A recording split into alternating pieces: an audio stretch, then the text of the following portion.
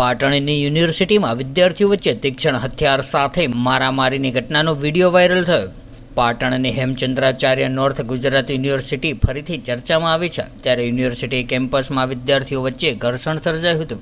ત્યારે પાટણના હેમચંદ્રાચાર્ય યુનિવર્સિટીમાં વિદ્યાર્થીઓ વચ્ચે શાબ્દિક બોલાચાલી બાદ તીક્ષ્ણ હથિયાર વડે મારામારી સુધી મામલો પહોંચ્યો હતો।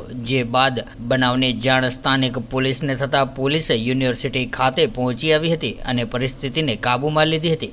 જો કે વિદ્યાર્થીઓએ યુનિવર્સિટીમાં તોડફોડ પણ કરી હતી। ત્યારે હાલ યુનિવર્સિટીમાં પોલીસ બંદોબસ્ત ગોઠવી દેવામાં આવ્યો હતો અને વિદ્યાર્થીઓ વચ્ચે મારામારીનું કારણ અકબંધ છે। ત્યારે મારામારીની ઘટનામાં સામેલ વિદ્યાર્થીઓની પાટણ પોલીસ દ્વારા પણ અટકાયત કરવામાં આવી હતી।